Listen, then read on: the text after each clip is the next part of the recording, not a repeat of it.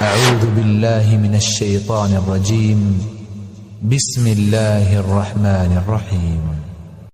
الدعوة نور وضاء تجلو ظلمات الحيران، منهج خير الناس جميعا لا يبلى عبر الأزمان، فالحكمة تكسو دعوتنا والرحمة فيها عنوان، ورسول الله يوجهنا.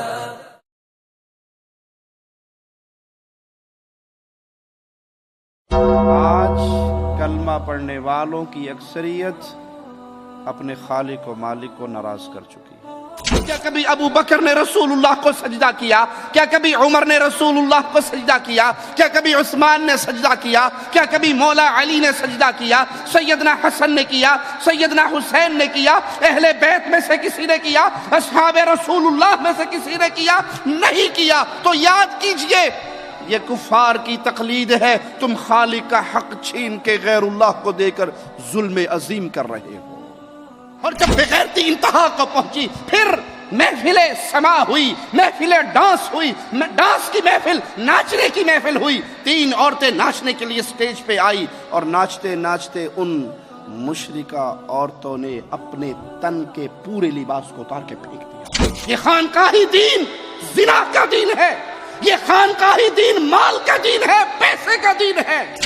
لیکن ایک گناہ ایسا ہے، ایک خطا ایسی ہے، ایک جرم ایسا ہے کہ اگر کوئی انسان خالق و مالک کی عبادت میں، اس کی ذات و صفات و احکامات میں کسی اور کو ساجھیدار، مرید ناچتے ناچتے باری مریدنیوں کی لے آتے ہیں، پھر مریدنیاں آتی ہیں پیر کے ہاتھوں میں ہاتھ ڈال کے ناچتی ہیں، اور ناچتے ہوئے فاطمہ الزہرا آواز لگا رہی ہے، جو غم بابا کی وفات سے میرے دل پہ ٹوٹا ہے، سورج پہ ٹوٹتا سورج اندھا ہو جاتا، پہاڑوں پہ ٹوٹتا پہاڑ ریزہ ریزہ ہو جاتے، چاند پہ ٹوٹتا چاند کی روشنی ختم ہو جاتی، جو غم فاطمہ پہ ٹوٹا۔ پیر کا نام ہے سلیم قادری، رہتا ہے گجرانوالہ میں۔ یہ صرف منہ نہیں دیکھتا، یہ صرف منہ نہیں دیکھتا، غیرتیں مر گئی۔ میں نے پہلے کہا تھا اور بار بار کہتا ہوں، مشرک کی غیرت نہیں ہوتی۔ مواحد کی غیرت سناؤں؟ لیکن زنا کے لیے اس کی قبر سے آواز آئی، عبدالوہاب اب دیر کاہے کی ہے، اس کی انگلی پکڑو، فلاں حجرے میں لے جا کے اپنی حاجت پوری کر لو۔ ایک پیر صاحب کا منظر ہمیں دیکھنے کو ملا، شاہ صاحب تشریف لائے، ان کے گاڑی سے اترنے کی دیر تھی کہ ان کے سامنے پوری جماعت حالت رکوع میں چلی گئی۔ قادری صاحب سے کسی نے سوال کیا، قادری صاحب نعلین کے اوپر یہ لکھنا، کہا کوئی حرج نہیں ہے، لکھا جا سکتا ہے۔ ہم کہتے ہیں 1 منٹ کے لیے بات مان لی کہ واقعی یہ پیارے نبی کے نعلین کا نقش ہے۔ ایک بابا جی کے کلپ کو میں نے دیکھا، وہ بابا واللہ برہنہ لیٹا ہوا، اس نے ستھن نہیں پہنی ہوئی ہے، بال اس کے بڑے ہیں، چہرہ اس کا کالا سیاہ ہے۔ سینما والے بورڈ لگا رہے ہیں، فلمی اداکاروں کا نام لکھ کے، فلاں فلاں فلمی اداکار کی فلم عید میلاد النبی کے موقع پہ 4 شو ہوں گے۔ بیوٹی پارلر والی لکھ رہی ہیں، پلکیں ہم سے سنوارو، آئی برو ہم سے بنواؤ۔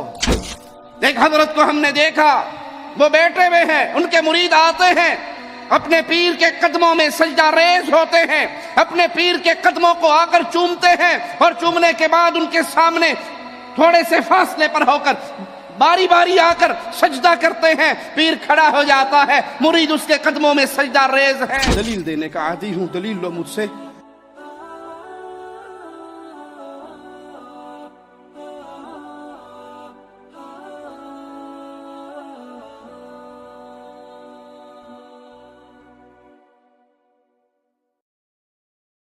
سامعین کرام، اب ہمارے سامنے ایک موضوع کہ جس موضوع ایک ایسا موضوع ہے کہ جس کی وجہ سے زمین و آسمان پیدا کیے گئے ہیں، ایک ایسا موضوع ہے کہ جس کے لیے اللہ تبارک و تعالیٰ نے اس دنیا میں انبیاء کرام کو اللہ نے بھیجا، یہ ایسا موضوع ہے کہ جس کے خاطر اللہ تعالیٰ نے کتابیں نازل کی ہیں. یہ ایسا موضوع ہے کہ جس کے لیے اس موضوع پہ اگر کوئی آدمی اپنے آپ کو سنوار لے گا، اپنے آپ کو اس موضوع پہ اگر تیار کر لے گا، تو اللہ تعالیٰ نے جنت کا وعدہ کیا ہے کہ اللہ تعالیٰ تمہیں جنت میں داخل کر دے گا. اور اگر اس موضوع کے اندر کسی چیز کی شرک کی ملاوٹ یا اس کے اندر کوئی بدعت کی ملاوٹ یا اس موضوع سے ہٹ کر کفریہ موضوع اگر آدمی اختیار کر لے تو سمجھو کہ اس کے لیے دائمی جہنم اللہ تبارک و تعالیٰ نے قرآن مجید کے اندر بتا دیا کہ اسے دائمی جہنم. موضوع یہ ہے کہ عقیدہ توحید. عقیدہ توحید انشاءاللہ یہ موضوع ہمارے پاس سلسلہ وار چلتا رہے گا. اس سے پہلے جیسے اللہ کی پہچان جیسا سلسلہ وار ہمارے پاس موضوع چلا تھا، ویسے ہی یہ موضوع بھی عقیدہ توحید، یہ موضوع بھی انشاءاللہ ہمارے سامنے سلسلہ وار رہے گا. تو آپ لوگوں کے درمیان اعلانات وغیرہ سب ہوتے رہیں گے. بہرحال میں کہ تمہیدی کلمات کو لمبا کیے بغیر، شیخ موصوف تو مطلب معروف ہیں ہمارے درمیان کہ آپ کی قد و کاوشیں اور آپ کی محنتیں اور آپ کا لگن، کہ اللہ تعالیٰ آپ کی ان ساری چیزوں کو قبول فرمائے کہ سیڈیز کے طور پر اور بیانات کے طور پر. اور یہاں مملکہ میں تو مملکہ بیرون مملکہ بھی الحمدللہ آپ کے پروگرام ہو رہے ہیں. حال ہی میں آپ یعنی کہ جرمن، اسپین اور دیگر ممالک وغیرہ، اٹلی وغیرہ جا کر وہاں پروگرام جو دے کر آئے ہیں. اللہ تعالیٰ آپ کی اس محنت کو قبول فرمائے اور آپ کی ہر کوشش کو اللہ تعالیٰ آپ کے میزان میں باعث حسنات بنائے. تو سامعین کرام انشاءاللہ اب ہمارے سامنے شیخ موصوف عقیدہ توحید پر ہمارے سامنے بحث کریں گے. شیخ موصوف کو میں دعوت دیتا ہوں کہ آپ اپنے موضوع کا آغاز کریں. ان الحمد للہ نحمده ونصلي على رسوله الكريم. اعوذ باللہ من الشیطان الرجیم. بسم اللہ الرحمن الرحیم. ان الشرک لظلم عظیم.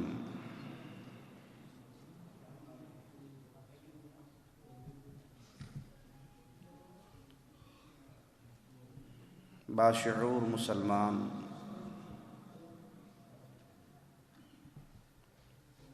جب اپنے گرد و نواح میں نظر دوڑاتا ہے تو آج کا کلمہ گو مسلمان اسے ذلت کی دلدل میں پھنسا ہوا نظر آتا ہے. مسلمانوں کا خون اگر یہ کہا جائے کہ پانی سے زیادہ سستا ہو گیا ہے تو جھوٹ نہ ہوگا. اگر یہ کہا جائے کہ کلمہ پڑھنے والے انسانوں کو آج گاجر مولی کی طرح کاٹا جا رہا ہے تو مبالغہ نہ ہوگا. کلمہ پڑھنے والوں کے گھروں کو بند کر کے گھر والوں کو گھر سمیت جلا دیا جاتا ہے.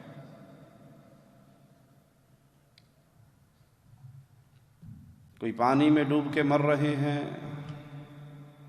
کوئی آگ میں جل کے مر رہے ہیں. کنی کو مار کر اجتماعی قبروں میں دفن کیا جا رہا ہے. ذلت ہے جس نے ہر طرف سے گھیر لیا ہے.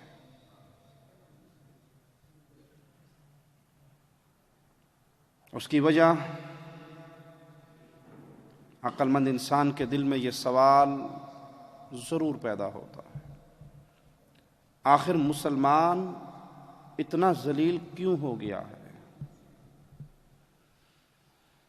اور مسلمان کا ضمیر اس سوال کا خود ہی جواب دیتا ہے. جس کے ضمیر پر موت طاری نہیں ہوئی، جس کا ضمیر زندہ ہے، اس سوال کا جواب زندہ ضمیر ضرور دے گا کہ عزت دینے والا کون تھا؟ جی، عزت دینے والا اللہ مالک. آج کلمہ پڑھنے والوں کی اکثریت اپنے خالق و مالک کو ناراض کر چکی ہے. کئی ناراضگیاں ایسی ہوتی ہیں کہ جس کی حرارت کم رہتی ہے، اور کئی ناراضگیاں ایسی ہوتی ہیں جس پہ تعلقات ٹوٹ جاتے ہیں۔ اللہ کے لیے اعلی مثال میں سمجھانے کے لیے عرض کرتا ہوں، میاں بیوی کے درمیان لڑائی ہو جاتی ہے نا، ناراضگی ہو جاتی ہے، کبھی ٹائم پہ کھانا نہ بنا تو ناراضگی ہو گئی، کبھی بیگم نے زبان چلا دی تو ناراضگی ہوگی، کبھی اس کو دو سنا دی تو خامن ناراض ہو گیا۔ مختلف چھوٹے چھوٹے مسائل میں میاں بیوی کے درمیان اختلاف ہو جاتا ہے، اور وہ اختلاف ختم بھی ہو جاتا ہے، حل بھی ہو جاتا ہے۔ اس اختلاف کی بنیاد پہ گھر نہیں ٹوٹتے، خاندان نہیں بکھرتا، علیحدگیاں نہیں ہوتی، لیکن ایک اختلاف، ایک وجہ لڑائی کی ایسی ہے، اللہ نہ کرے کسی مسلمان کے گھر میں وہ وجہ پیدا ہو، جب وہ وجہ پیدا ہوتی ہے تو پھر گھر سلامت، خانوادہ سلامت نہیں رہتا۔ عورت نے کھانا نہ بنایا، اختلاف ہوا لیکن صلح ہو گئی، کپڑے نہ دھو کے دیے، اختلاف ہوا لیکن صلح ہو گئی، بچوں کی تربیت میں کچھ کمی کر لی، اختلاف ہوا لیکن صلح ہو گئی۔ اور اگر یہی عزت اس کی، یہی اس کی بیوی اس کی عزت میں کسی کو پارٹنر بنائے، اس کے بستر کا کسی اور کو ساتھی بنائے، اب جو اختلاف ہوگا یہاں پہ صلح کا تصور، پھر خانوادہ بکھر جائے گا۔ پھر کوئی سمجھانا بھی چاہے تو وہ کہے گا یہ ایسا ظلم اس نے کیا ہے کہ میں اس کی موجودگی میں اس کے طرف لوٹنے کا تصور بھی نہیں کرتا۔ اللہ کے لیے اعلی مثال، اللہ مالک، اس کی رحمتوں میں قربان جائیں۔ وہ مالک تو خود فرماتا ہے، بندے اگر تم گناہ کرنا چھوڑ دو گے، میں تمہیں مٹا کر ایسی قوم لے کر آؤں گا جو گناہ کریں گے اور معافی مانگیں گے۔ حدیث میں آتا ہے انسان سے گناہ ہو جاتا ہے، وہ گناہ کرنے کے بعد جب پشیمان ہوتا ہے اپنے رب کو پکارتا ہے اور کہتا ہے اللہ مجھے معاف کر دے، تو اللہ کہتا ہے فرشتوں دیکھو یہ میرا بندہ جانتا ہے کہ اس کا کوئی رب ہے، یہ جانتا ہے کہ کوئی اس کا رب ہے جو گناہ کرنے پہ پکڑتا ہے، معافی مانگنے پہ معاف کر دیتا ہے۔ اے بندے جا، میں نے تجھے معاف کیا۔ بندے سے پھر گناہ ہوتا ہے، پھر وہ مالک کے در پہ آتا ہے، معافی مانگتا ہے۔ مولا کہتا ہے یہ جانتا ہے کوئی اس کا رب ہے جو گناہ پہ پکڑتا ہے، معافی پہ معاف کر دیتا ہے، جا تجھے معاف کیا۔ بندے سے پھر گناہ ہوتا ہے، پھر مالک کے در پہ آتا ہے، مالک پھر فرماتا ہے یہ جانتا ہے کوئی اس کا رب ہے جو اس کو دیکھ رہا ہے، جو اس کو پکڑ سکتا ہے، جس کا ڈر اس کے دل میں ہے۔ اے میرے ملائکہ گواہ ہو جاؤ، میں نے اپنے اس بندے کے سارے گناہوں کو معاف کر دیا۔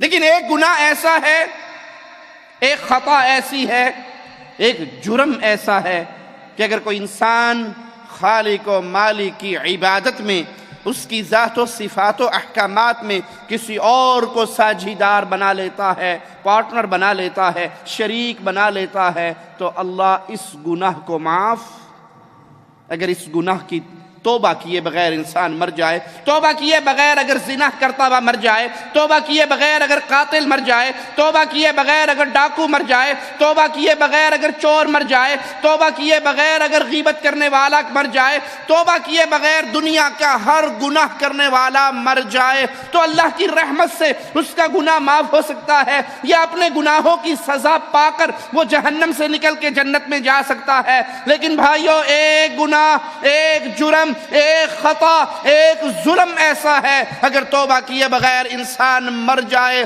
نہ وہ جہنم کی آگ میں جل کے معاف ہو سکتا ہے، اور نہ اس گناہگار کو رب کی رحمت کا کوئی حصہ مل سکتا ہے۔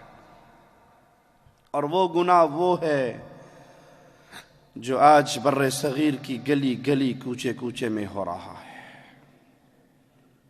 رب کی قسم، ان گلیوں کا حال میں آپ کے سامنے رکھتا ہوں،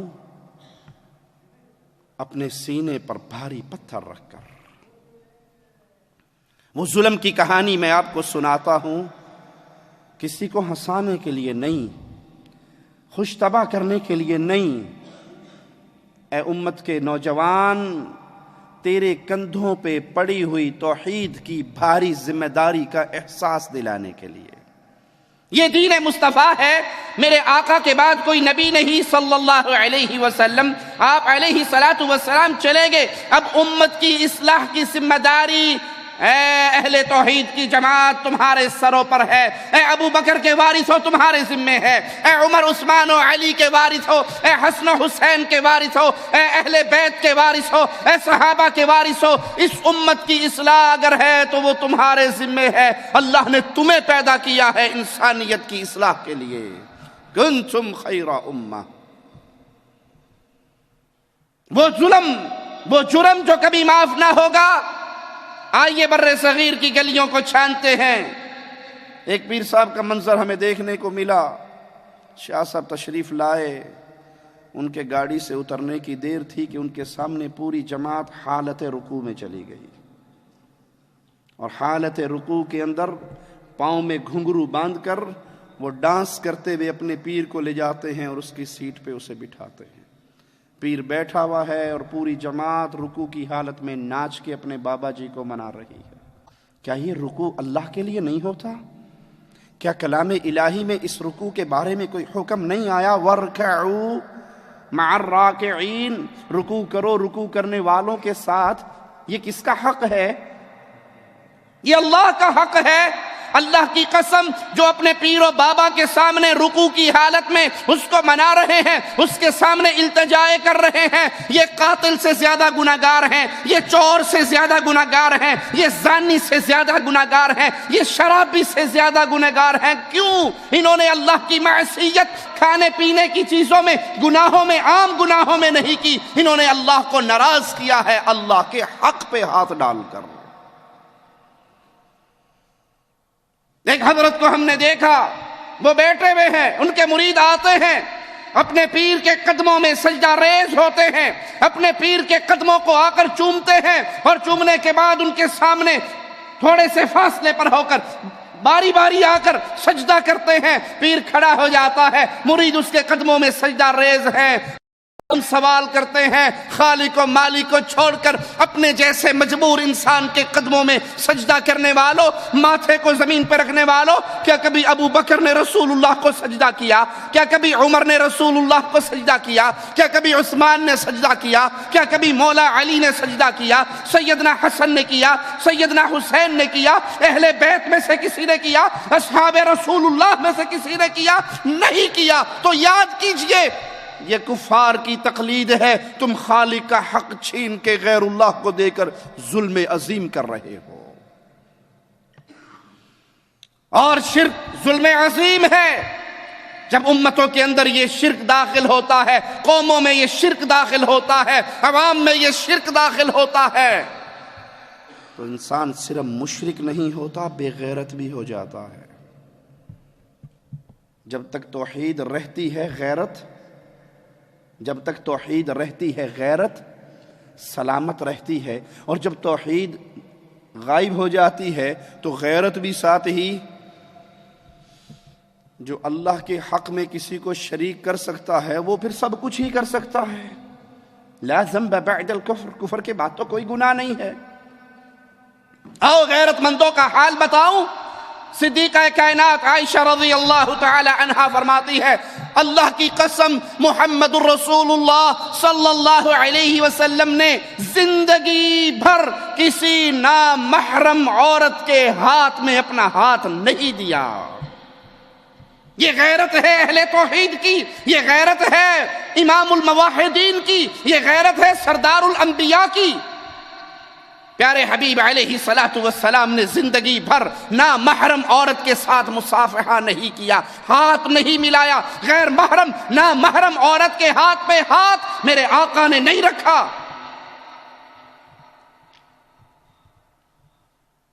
اور جب توحید مٹ جائے, جب شرک ڈیرے ڈال لے, پھر غیرتیں کیسے مرتی ہیں آپ کو یہ منظر بھی دکھاتا ہوں. ایک پیر صاحب ڈانس کرتے ہیں, وجد میں آتے ہیں, اس کے سامنے اس کے مرید بھی وجد میں آتے ہیں, مرید بھی ناچتے ہیں. مرید ناچتے ناچتے باری مریدنیوں کی لے آتے ہیں. پھر مریدنی آتی ہیں، پیر کے ہاتھوں میں ہاتھ ڈال کے ناچتی ہیں، اور ناچتے ہوئے شاہ صاحب کے سینے سے لگ کر گلے مل جاتی ہے، اس کا ہاتھ چومتی ہیں، بغل گیر ہوتی ہے۔ اس سے یہ بغل گیر ہو رہی ہیں، ان کا خاوند نہیں ہے، محرم نہیں ہے، پیر ہے، بابا ہے، شیخ ہے۔ اسی لیے مولا و مالک نے مشرک اور زانی کا ذکر قرآن میں اکٹھا کیا ہے۔ مشرک سے نکاح مشرکہ ہی کرے گی، زانیہ سے نکاح زانی ہی کرے گا۔ یہ مشرک اور زانی اکٹھے قرآن میں کیوں بیان ہوئے؟ کیونکہ زانی کا ایک پہ گزارا، زانیہ کا ایک پہ گزارا، مشرکہ کا بھی ایک پہ گزارا۔ کوٹھے پہ بیٹھنے والی کسی ایک کے نکاح میں آ کے اس کی عزت بننا پسند نہیں کرتی، ہر روز کسی کے ماتھے لگتی ہے۔ اسی طرح اللہ مالک کو چھوڑ کر کبھی اس پیر کے قدموں میں، کبھی اس پیر کے قدموں میں، کبھی اس ڈھیری کا طواف، کبھی اس ڈھیری کا طواف، کبھی کالے جھنڈے کو دیکھ کے رکوع تو کبھی سبز جھنڈے کو دیکھ کے رکوع، کبھی اس بابے کے در کا سوالی تو کبھی اس پیر کے در کا سوالی، کبھی 5 تن کا سوالی، کبھی 12 تن کا سوالی۔ وہ دنیا کے ایک ایک ڈھیری پہ گھومتا ہے۔ مشرک کا ایک اللہ پر اعتماد نہیں ہوتا، زانیہ کا کسی ایک پہ صبر نہیں ہوتا۔ جب شرک یوں پھیل رہا ہو، جب غیرتوں کے جنازے یوں نکل رہے ہوں، اللہ کی قسم دکھتے دل کے ساتھ، خون بہتا ہوا آنکھوں کے ساتھ یہ منظر آپ کو دکھا رہا ہوں۔ مظفر گڑھ ہمارے پنجاب کا ایک شہر ہے، وہاں ایک پیر صاحب کا میلہ لگا۔ کوئی یہ نہ کہے یہ تھے ان پڑھ نے جی، یہ سارے بے وقوف لوگ نے، یہ افتتاح کرنے والا جس کے سر پہ پگ پہنائی گئی اس دن، جس کی دستار بندی ہوئی، یہ عام آدمی نہیں ہے۔ جانتے ہو تم کون ہے وہ؟ اس کا میلہ، اس کی سربراہی میں میلہ ہوا۔ میں نے کہا تھا کہ مشرک کی غیرت نہیں ہوتی اور مواحد بے غیرت نہیں ہوتا۔ جملہ یاد رکھنا، مواحد بے غیرت نہیں ہوتا، مشرک غیرت مند نہیں ہوتا۔ جو اللہ کا حق نہیں پہچانتا اس کے پلے کوئی اور چیز رہے گی؟ میلہ لگا، قبر کا سجدہ ہوا، قبر کا طواف ہوا، قبر پہ رکوع ہوئے، قبر کے نذرانے ہوئے، قبر پہ چادریں چڑھی، قبر پہ بکرے چڑھے، مرغوں کی نیاز دی گئی، بابے کو پکارا گیا، اس سے مانگا گیا، اور جب بغیرتی انتہا کو پہنچی پھر محفلیں سما ہوئی، محفلیں ڈانس ہوئی، ڈانس کی محفل، ناچنے کی محفل ہوئی۔ 3 عورتیں ناچنے کے لیے سٹیج پہ آئی اور ناچتے ناچتے ان مشرکہ عورتوں نے اپنے تن کے پورے لباس کو اتار کے پھینک دیا۔ یہ دین ہے خانقاہی، یہ شریعت ہے خانقاہی، یہ قبر پرستوں کی شریعت ہے، یہ قبر پرستوں کا دین ہے، یہ غیرت مر جانے والوں کا دین ہے۔ بے پرد ہو کر، بے لباس ہو کر ان عورتوں نے دھمالے ڈالی اپنے پیر کو راضی کرنے کے لیے، مجمع کو راضی کرنے کے لیے۔ لوگ کہا کرتے تھے جی آپ تو ویسے ہی مزاروں کے خلاف بولتے ہیں، آپ تو مزارات کو ویسے ہی شرک کی فیکٹری کہتے ہیں۔ دیکھو اگر یہ مزارات غلط ہوتے، اگر یہ میلے غلط ہوتے، اگر یہ جائز نہ ہوتے، پیر کی کرامت اتنی بڑی ہے، ہزاروں کا مجمع لگتا ہے، ہزاروں لوگ آتے ہیں۔ یہ بابا غریب النواز کے میلے کے لیے پوری دنیا سے بسیں چلتی ہیں، پوری دنیا سے فلائٹیں لوگ پکڑ کے آتے ہیں۔ یہ بابا حجویری کے عرس پہ پوری دنیا سے لوگ آتے ہیں۔ یہ میلے سچے ہیں، یہ مزارات سچے ہیں، اسی لیے تو ہزاروں لوگ جمع ہیں۔ اور ہم تب کہا کرتے تھے، اور آج اہل شرک نے ہمارے جملوں پہ مہر لگا کر دکھا دی کہ یہ پیروں کی کرامتیں نہیں ہیں، یہ عورتوں کی کرامتیں ہیں جو لوگ یہاں پر اکٹھے ہوتے ہیں۔ یہ زنا کے لیے آنے والے، یہ بدکاری کے لیے آنے والے، یہ شراب کے لیے آنے والے، یہ پاؤڈر، ہیروئن، چرس، افیون کے لیے آنے والے ہیں، یہ پیروں فقیروں کے لیے آنے والے نہیں۔ اور مظفر گڑھ کے میلے میں میڈیا نے دکھایا، ARY چینل نے دکھایا، دنیا ٹی وی نے دکھایا کس طرح بے حیا مشرکہ عورتوں نے اپنے لباس کو اتار پھینکا اور ننگے ہو کے ڈانس کیا۔ جب شرک کی یہ کیفیت ہو، جب بے غیرتی کا یہ بازار گرم ہو، تو کیا آسمان سے فرشتے اتریں گے؟ عزت کا ڈنکا بجے گا یا ذلت کی دلدل میں امت اور گرے گی؟ شرک ظلم عظیم ہے، سب سے بڑا ظلم کائنات میں، اس سے بڑا کوئی ظلم نہیں۔ سب سے بڑا ظلم اللہ کے ساتھ شرک کرنا ہے۔ ظلم کہتے کس کو ہے؟ کسی چیز کو اس کی مخصوص جگہ سے اٹھا کر کسی اور جگہ پہ رکھ دینا، وہ زیادتی کی صورت میں ہو یا کمی کی صورت میں ہو، ظلم کہلاتا ہے۔ عدل و انصاف یہ ہے کہ ہر چیز کو اس کے مقام پہ رکھا جائے، اور ظلم یہ ہے کہ کسی چیز کو اٹھا کر اس کے مقام سے کسی اور جگہ پہ رکھا جائے، اور جہاں رکھا جائے وہ کمی کر کے یا زیادتی کر کے رکھا جائے۔ دونوں صورتوں میں ظلم ہے۔ ہم کہتے ہیں کہ فلاں قاضی بڑا ظالم ہے۔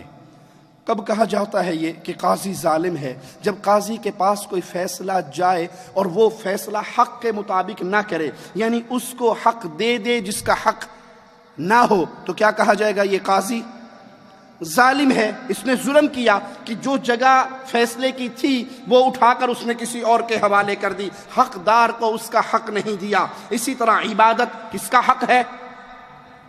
جی، عبادت کس کا حق ہے؟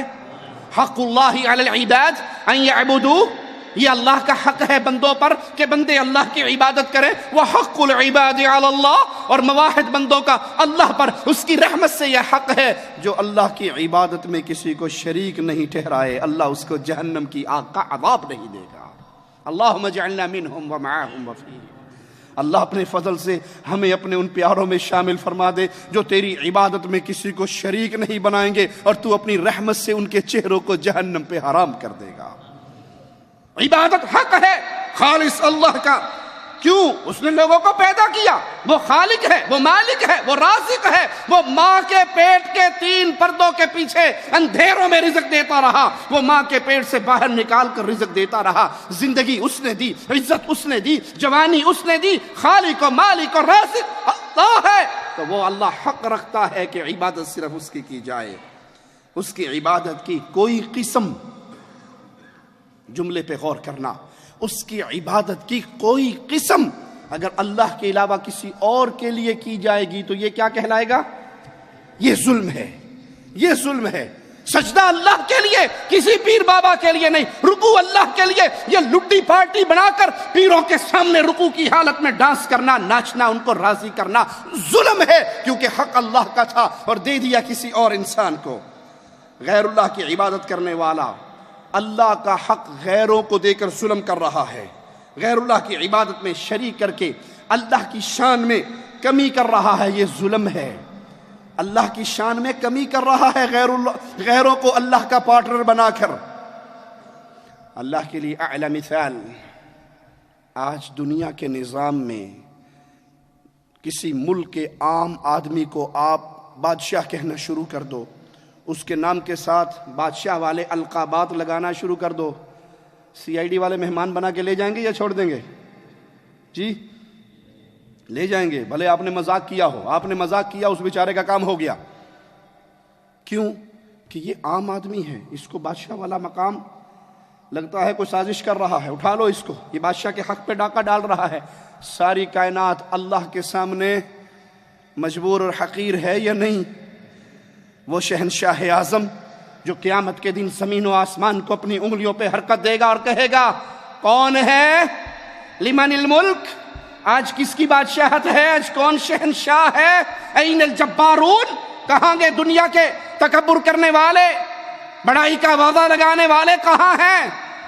دنیا کے بادشاہ کہاں ہیں؟ کوئی جواب دینے والا نہیں ہوگا، وہ خالق و مالک خود جواب دے گا، للہ۔ آج ساری بادشاہت اللہ کے لیے جو تنہا ہے، قہار ہے۔ غیر اللہ کو اٹھا کر اللہ کا شریک بنانا، اللہ کی شان میں کمی کرنا ہے، اور یہ ظلم ہے۔ مخلوق کی عبادت کرنا، مخلوق کی شان کو بڑھانا ہے، مخلوق کی عبادت کرنا ان کی شان کو بڑھانا ہے، اور یہ بھی ظلم ہے۔ اسی لیے محمد الرسول اللہ صلی اللہ علیہ وسلم نے کیا کہا تھا؟ لا تطرونی کما اطرت النصارى عیسی ابن مریم، لوگوں مجھے ایسے نہ بڑھانا جیسے عیسائیوں نے عیسیٰ ابن مریم کو بڑھایا. انا عبدہ، انا عبدہ، دہرائیے میرے ساتھ، انا عبدہ، میں کس کا بندہ ہوں؟ کس نے کہا؟ جس سے پیارا کوئی پیدا نہ ہوا ہے، نہ ہوگا، نہ قیامت تک ہو سکتا ہے. امام الانبیاء فرما رہے ہیں انا عبدہ، میں اللہ کا بندہ ہوں، میں اللہ کا بندہ ہوں. تم مجھے اللہ کا بندہ کہنا، وَرَسُولُهُ، مجھے اس کا رسول کہنا. اللہ کے نبی اللہ کے بندے ہیں. اگر کوئی آج یہ کہے کہ نہیں محمد صلی اللہ علیہ وسلم نور من نور اللہ ہیں، تو انہوں نے اللہ کے نبی کی شان کو اٹھا کر اللہ کا پارٹنر بنا کر نبی کی شان میں غلو کیا، اللہ کی شان میں کمی کی. اللہ کی شان میں کمی کرنا بھی ظلم ہے، مخلوق کی شان میں اضافہ کرنا بھی ظلم ہے، جس سے رسول اللہ صلی اللہ علیہ وسلم نے منع کیا. اور یہ ظلم ہے کیا کہ حقیقی بادشاہ کو آپ دنیا کے ایک عام انسان کے ساتھ شریک بنا دیں. وہ جو سوالی ہے، وہ جو فقیر ہے، وہ جو منگتا ہے، وہ جو اللہ کے سامنے خالی ہاتھوں کو اٹھاتا ہے، وہ جو تکلیف میں نظر آسمان کی طرف بلند کرتا ہے، اس کو اور اللہ کو ایک کر دینا کسی بھی صفت میں جو صفت خالص اللہ کی ہے، یہ ظلم ہے. اجی آپ نہیں سمجھتے، آپ نہیں سمجھتے، بس بابا جی بھی سارا کچھ دیتے ہیں، پیر جی بھی سارا کچھ دیتے ہیں، حضرت جی بھی سارا کچھ دیتے ہیں. ہم کہتے ہیں اپنے پیر فقیر بزرگوں کا ذکر اپنے پاس رکھو. مالک کے کلام سے سنو. مالک فرماتا ہے انتم الفقراء، تم سارے کون ہو؟ جی فقیر ہو. یہاں یا ایھا الذین آمنوا کا خطاب نہیں ہے، یا ایھا الناس، اے انسانوں، انتم الفقراء، تم سارے فقیر ہو. اس میں نبی بھی آگے، ولی بھی آگے، بزرگ بھی آگے، شیخ و حضرت بھی آگے.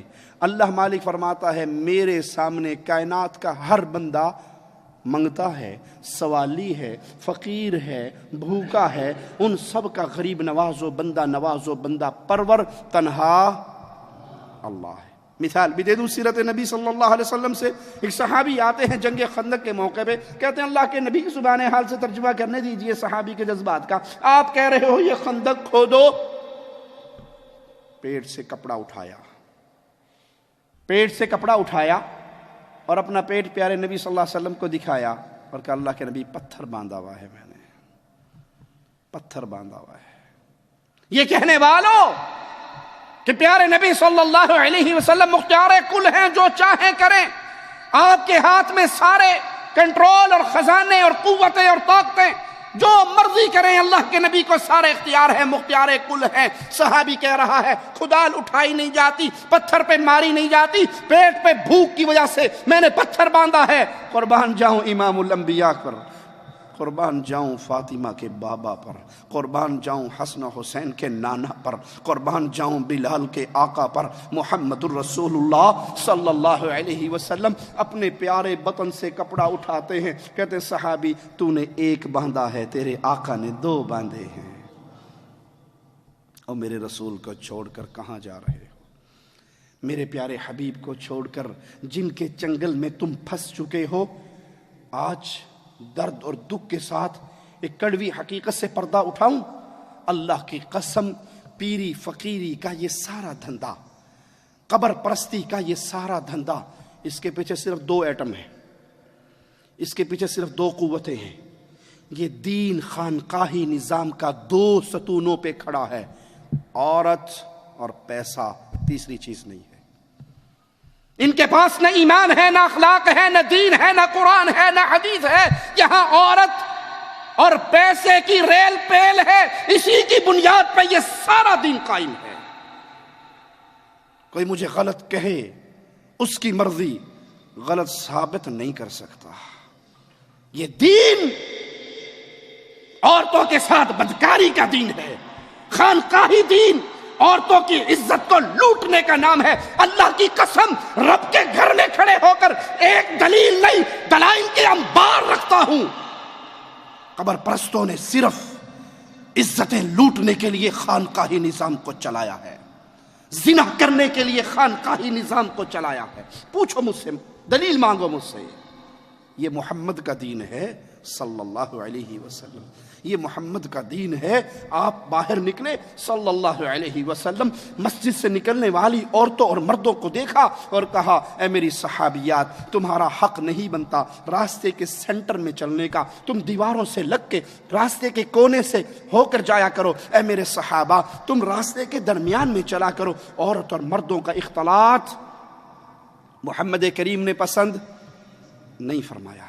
قربان جائیں ان صحابہ اور صحابیات پہ۔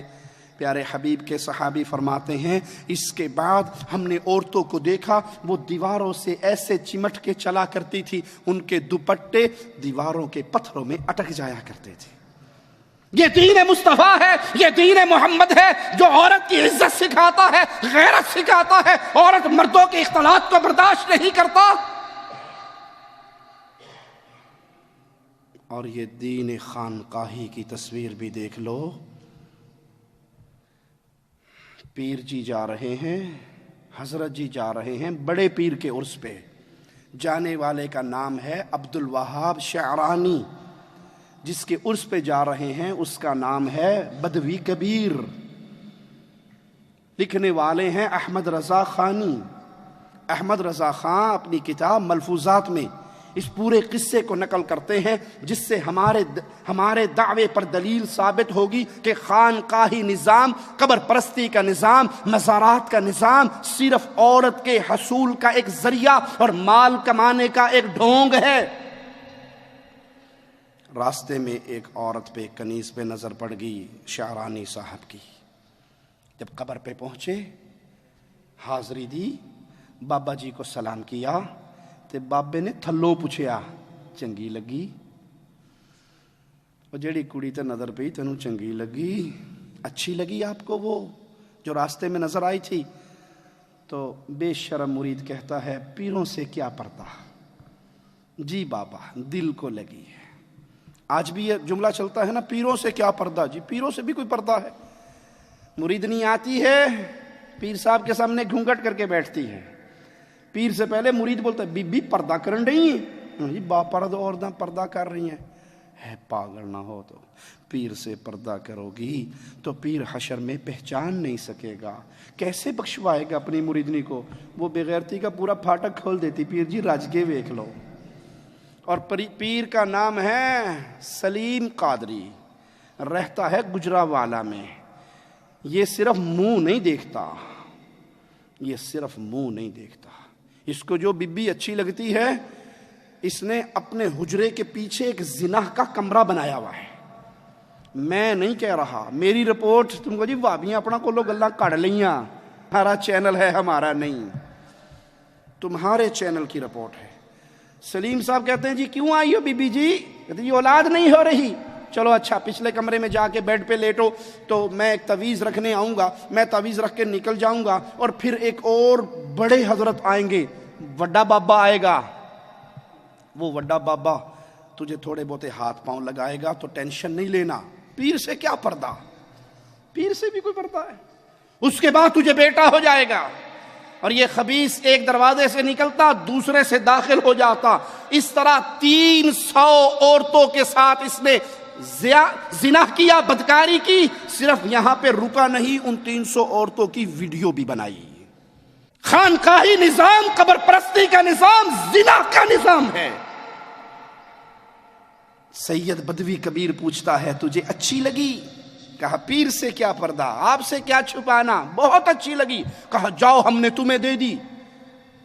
مرید حیران کہ اتنے بڑے تاجر کی کنیز پھوکٹ میں مل گئی، فری میں، یہ کیسے ہوا؟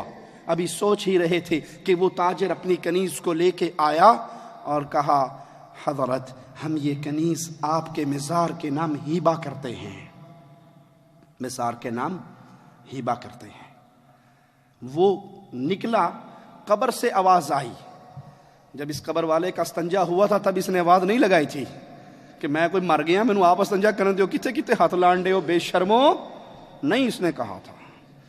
جب اس کا پیٹ دبا کے اس کی گندگی نکالی گئی تھی تو اس نے کہا تھا نہیں، آواز نہیں نکالی تھی کہ میرا پیٹ کیوں دب رہا ہے۔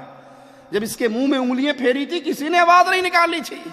جب اس کو الٹ پلٹ کے کپڑے کاٹ کے اتارے تھے اس نے آواز نہیں نکالی تھی. جب اس کو کفن میں لپیٹا تھا اس نے آواز نہیں نکالی تھی. جب اس کو 4 کندھوں نے اٹھایا تھا اس نے آواز نہیں نکالی تھی. جب اس کو چادروں میں باندھ کر قبر میں لٹکایا تھا آواز نہیں نکلی تھی. جب لوگوں کی آوازیں نکل رہی تھی پہلے سر اتارنا, پہلے پاؤں اتارنا, اور دیکھنا اینٹ نہ گر جائے, اور بھائی پیچھے ہو جا مٹی نہ گر جائے, لوگ اس کی قبر پہ شور کر رہے تھے. یہ مردہ آرام سے پڑا تھا, زبان حال سے کہہ رہا تھا جو جی آندہ کر لو میں کوئی زندہ. تب آوازیں نہیں نکلی, لیکن زنا کے لیے اس کی قبر سے آواز آئی. عبدالوہاب اب دیر کاہے کی ہے, اس کی انگلی پکڑو فلاں حجرے میں لے جا کے اپنی حاجت پوری کر لو.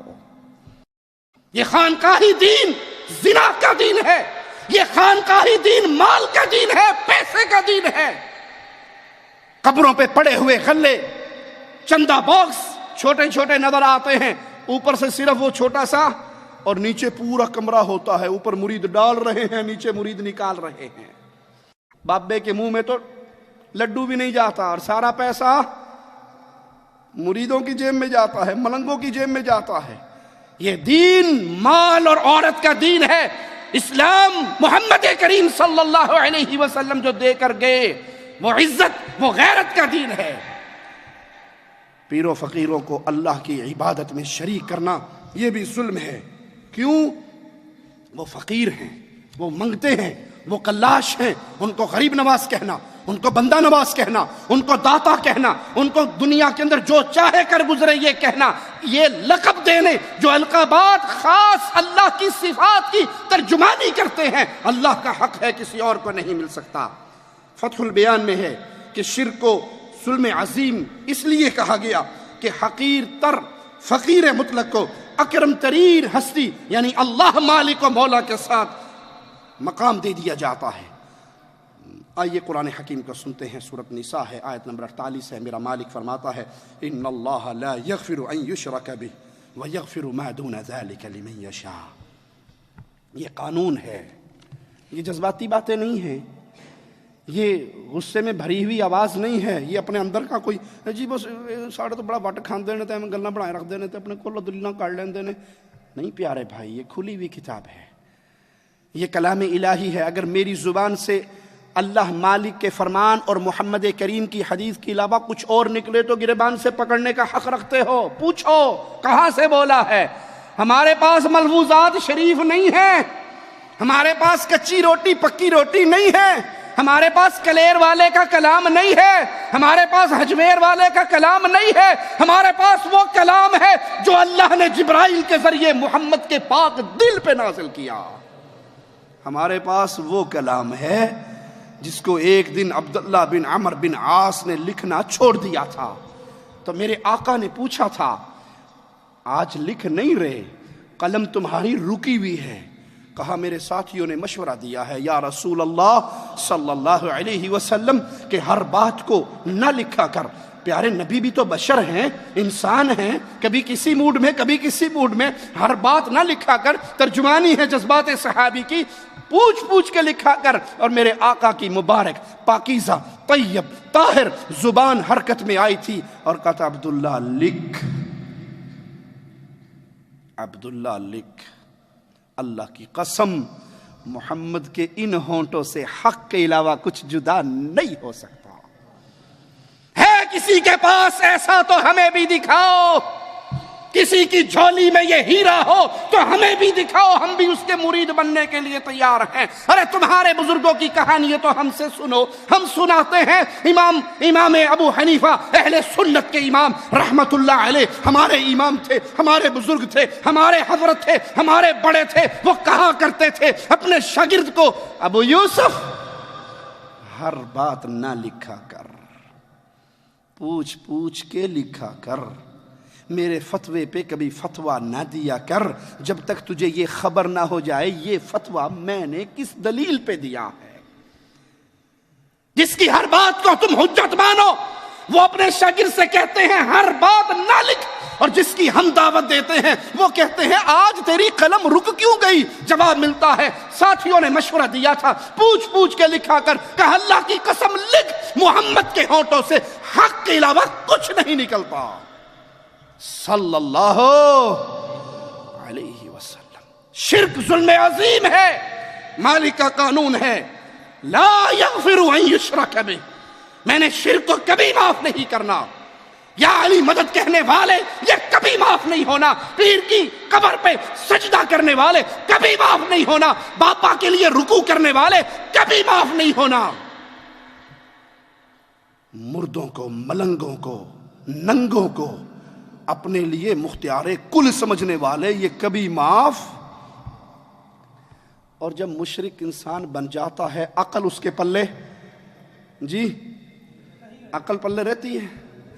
گھر میں کوئی مہمان آ جائے اور اس کے کپڑے اچھے نہ ہوں، صاف نہ ہوں، دھلے ہوئے نہ ہوں، میلے کچیلے ہوں، تو عقل مند کہتا ہے نا بھائی کہ وہ ایمرجنسی تھی کیا؟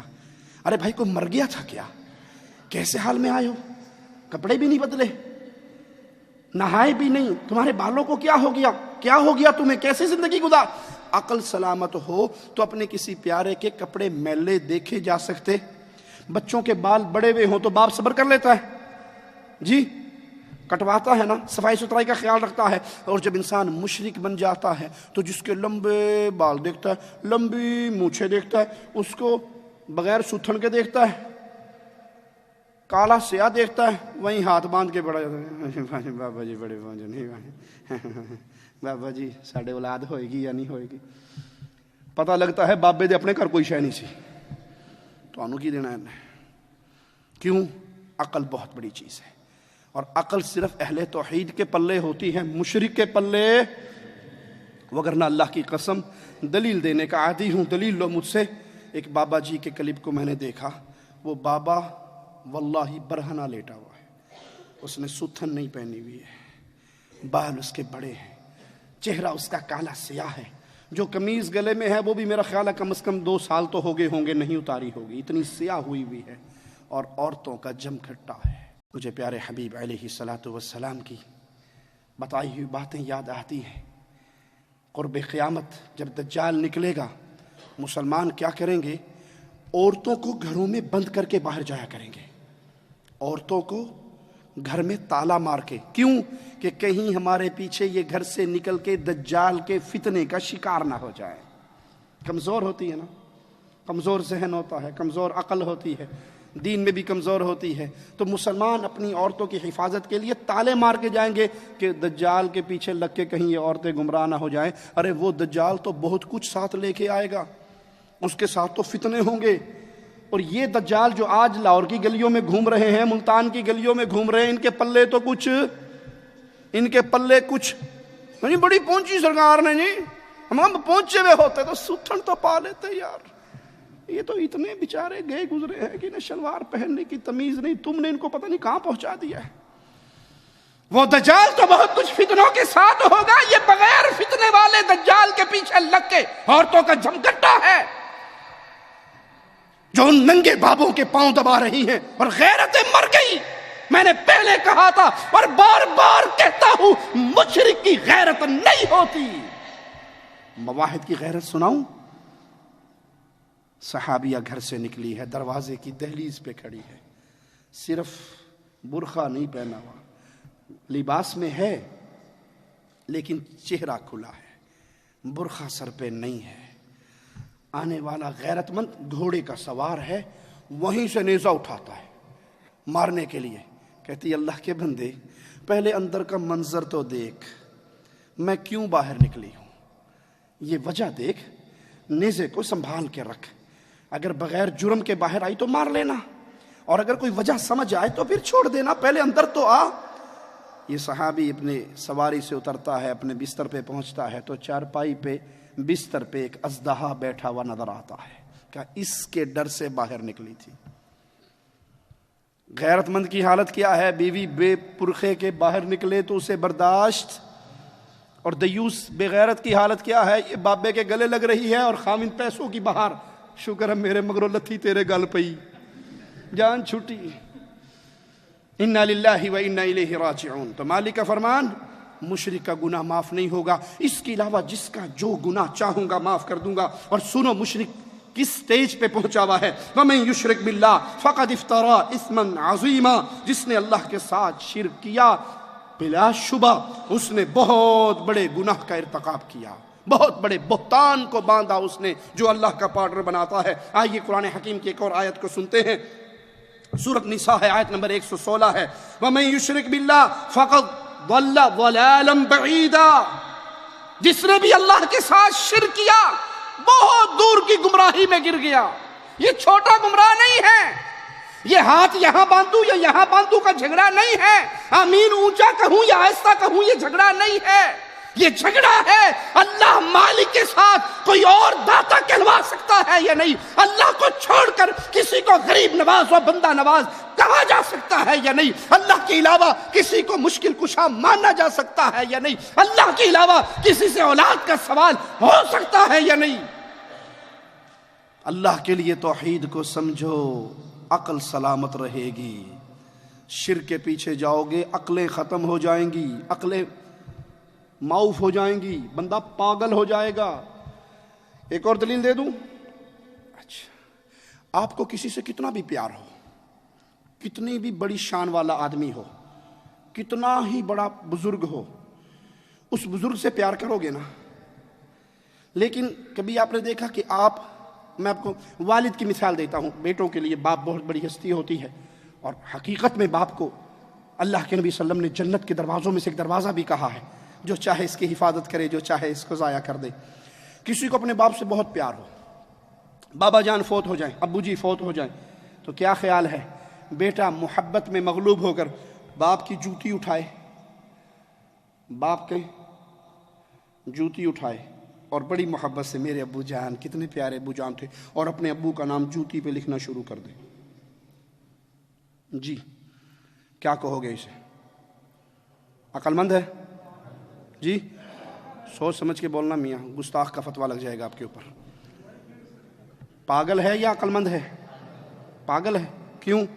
کہ بھائی تجھے باپ سے جتنا بھی پیار ہو، جوتی تو جوتی ہوتی ہے، جوتی تو جوتی ہوتی ہے۔ کبھی باپ کا نام کسی عقل مند نے جوتی پہ لکھا؟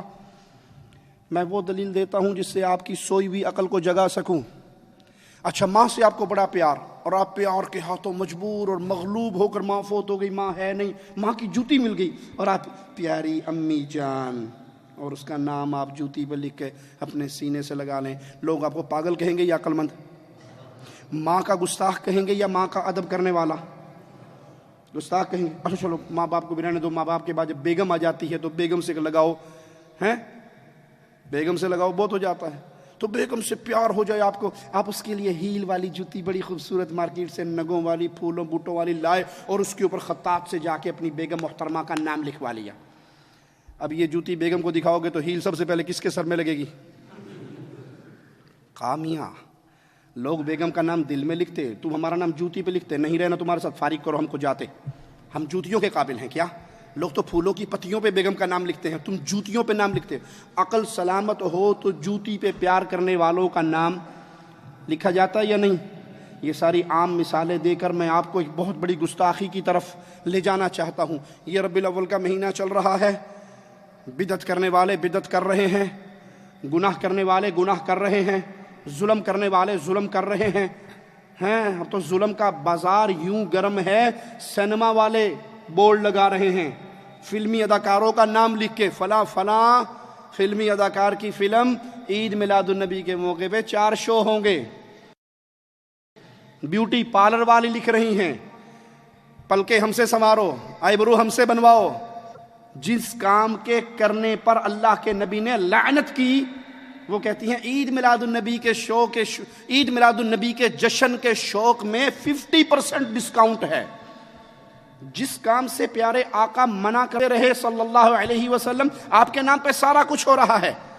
عقلیں اتنی ماری گئی ہیں کہ پیارے نبی صلی اللہ علیہ وسلم کی نعلین، آپ کی جوتی کا نقش لے کے، پہلی بات تو نبی کی نعلین کا نقش پیارے نبی صلی اللہ علیہ وسلم کی کسی حدیث سے ثابت نہیں ہے۔ ہم کہتے ہیں 1 منٹ کے لیے بات مان لی کہ واقعی یہ پیارے نبی کی نعلین کا نقش ہے، اس نعلین کے نقش پہ اللہ محمد لکھا جاتا ہے یا نہیں؟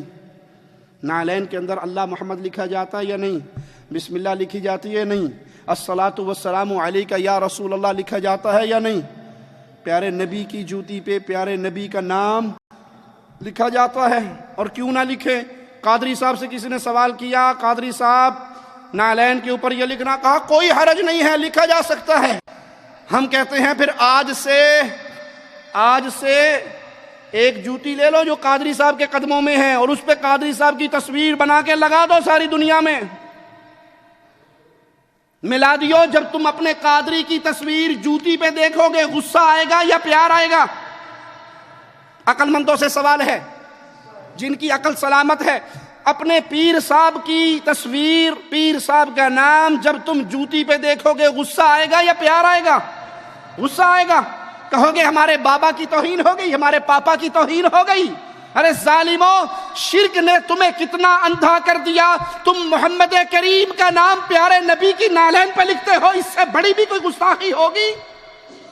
ارے مصطفیٰ کا مبارک نام تو قرآن کے حروف میں ہے، قرآن کے الفاظ میں ہے، قرآن کی زینت ہے۔ جس نبی کا نام قرآن کی زینت تھا، تم نے اس نبی کے نام کو اٹھا کر جوتی کی زینت بنا دیا، اور ابھی ابلیس کا فتویٰ اس پہ لگاتے ہو جو تمہارے طرح کی بے غیرتی نہیں کرتا۔ اس کو کہتے ہو کہ آج سارے جہان والے خوشی منا رہے سوائے ابلیس کے۔ ابلیس نبی کی وفات پہ خوش ہوتا ہے، ابو بکر غمگین ہے، عمر غمگین ہے، عثمان غمگین ہے، علی غمگین ہے، حسن غم میں ہے، حسین غم میں ہے، عائشہ غم میں ہے، حفصہ غم میں ہے، بلال غم میں ہے، فاطمہ غم میں ہے۔ فاطمہ کہہ رہی ہے، فاطمہ تو زہرا آواز لگا رہی ہے، جو غم بابا کی وفات سے میرے دل پہ ٹوٹا ہے، سورج پہ ٹوٹتا سورج اندھا ہو جاتا، پہاڑوں پہ ٹوٹتا پہاڑ ریزہ ریزہ ہو جاتے، چاند پہ ٹوٹتا چاند کی روشنی ختم ہو جاتی، جو غم فاطمہ پہ ٹوٹا۔ تمہاری شرک کرنے کی وجہ سے عقلیں ایسے ماری گئی۔ ارے نبی صلی اللہ علیہ وسلم کی جوتی پہ گندگی لگتی تھی یا نہیں؟ حدیث یاد ہے آپ کو؟ پیارے نبی نماز پڑھا رہے تھے، دوران نماز اپنی جوتی اتار دی تھی، صحابہ نے سب نے اتار دی تھی۔ آپ نے پوچھا میرے صحابہ تم نے کیوں اتاری؟ کہا اللہ کے نبی صلی اللہ علیہ وسلم آپ نے جو اتاری۔ کہا مجھے تو جبرائیل نے آ کے خبر دی تھی، مجھے جبرائیل نے آ کے خبر دی تھی کہ آپ کی جوتی کے نیچے گندگی لگی ہے، میں نے تو اس لیے اتاری۔ اے میرے صحابہ، جب مسجد میں آؤ تو اپنی جوتی کو زمین پہ رگڑ لیا کرو، زمین پہ مسل لیا کرو، تاکہ جو گندگی لگی ہو وہ اتر جائے۔ پیارے نبی کی جوتی پہ تو گندگی لگتی تھی، تم نے اس جوتی کی پوجا کرتے ہوئے میرے نبی کی ایسی گستاخیت شروع کر دی کہ اللہ کا نام اور میرے نبی کا نام پیارے نبی صلی اللہ علیہ وسلم کے نالین پہ لکھنا شروع کر دیا۔ حق یہ ہے جب شرک کیا جاتا ہے عقل سلیم فوت ہو جاتی ہے، اور جب عقل ختم ہو جائے تو انسان اسی طرح کے جاہلوں کے کام کرتا ہے۔ آئیے مالک کا فرمان سنتے ہیں۔ میرا مولا فرماتا ہے قُلْ تَعَالَوْا أَتْلُ مَا حَرَّمَ رَبُّكُمْ عَلَيْكُمْ أَلَّا تُشْرِكُوا بِهِ شَيْئًا۔ پیارے نبی صلی اللہ علیہ وسلم اعلان کر کے ان کو سنا دیجئے، آؤ میں تمہیں وہ کام پڑھ پڑھ کے سناؤں جو تمہارے رب نے تم پہ حرام کر دیے ہیں، اور ان کاموں میں سے ایک کام یہ ہے کہ اللہ کے ساتھ، اپنے رب کے ساتھ کسی کو شریک نہ بنانا، اللہ کے ساتھ کسی کو اس کا پارٹنر نہ بنانا۔ اللہ سے دعا ہے اللہ ہمارے گناہوں کو معاف فرمائے، اللہ ہماری خطاؤں کو معاف فرمائے، اللہ ہماری سیاہکاریوں کو معاف فرمائے، اللہ ہمیں ایمان پہ باقی رکھے، اللہ ہمیں توحید پہ باقی رکھے، اللہ ہمیں غیرت ایمانی پہ باقی رکھے، اللہ ہمیں اس ایمان کا، اس توحید کا غیرت مند سپاہی بنائے، اور ہماری زندگی گزرے اسی لا الہ الا اللہ کے پیغام کو نشر کرتے ہوئے گزرے۔ اس پیغام کے لیے اپنی جان، اپنا مال، اپنی قوتیں، اپنی زبانیں، اپنی ایک ایک صلاحیت صرف کرنے کی توفیق عطا فرمائے۔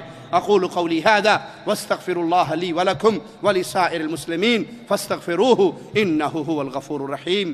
لا الہ الا اللہ محمد رسول اللہ علیہ صلاة اللہ وآلہ والأحبہ